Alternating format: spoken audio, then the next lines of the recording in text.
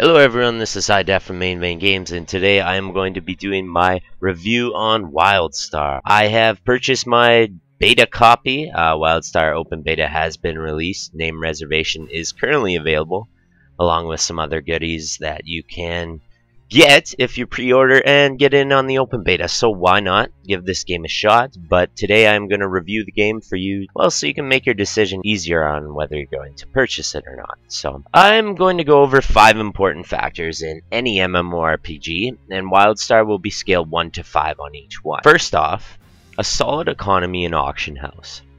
This is the basis for any MMO, an economy. Just like the real world, without an economy there is no structure and no development of character. The system Wildstar has set in place for economy is interesting and effective. Like any economy, money has to be gained and spent for it to function. Wildstar takes most of the basic spending techniques and implements them. Repair and training, trading, fees and taxes, etc. So once the game is fully released, the economy will really start to set in.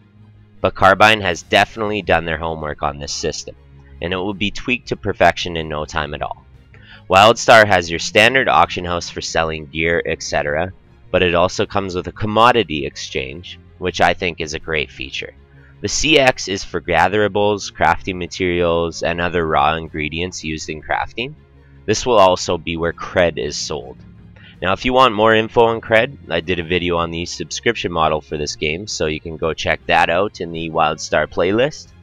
The CX will be completely based on supply and demand. There will be no horrific inflation on the CX, so that is wonderful for players trying to craft, etc. So as far as economy goes, I will be giving a Wildstar a 4 out of 5. Second is PvP. Now, PvP may not be second on everyone's list, but it is for me and many others that play MMORPGs. So, PvP, whether it is a PvP server or the non-PvP server, needs to be implemented carefully and perfect. If you're not playing on a PvP server, then Wildstar does a good job at offering enough PvP options. These include arenas and battlegrounds. Battlegrounds include various maps for various level caps. You start off in Walatiki Temple and progress from there. There's also war plots. War plots are massive 40 vs 40 battle royales. These are accessible to players at level 50. Each team starts with a fortress that is completely upgradable, and to win you destroy the enemy's generators or kill players and disable structures, etc. And world PvP is included as well in Wildstar. So Wildstar offers a lot of ways to enjoy PvP, but how does the PvP play out? In my personal humble opinion, Wildstar is a little bit of a spam fest. Does this ruin it? No. You can still take advantage of your dodge skill and have to aim certain skills so they hit the opponent, but overall it is a little spammy. So in the PvP category, Wildstar will get a 3 out of 5. I believe the third category includes a game that involves regularly updated content. Content needs to evolve and be updated via the dev team on an ongoing basis.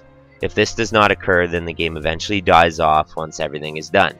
I highly suggest a yearly expansion pack, and since Wildstar is on the pay-to-play model, the expansion pack should be free, especially because the player without the expansion comes to a disadvantage.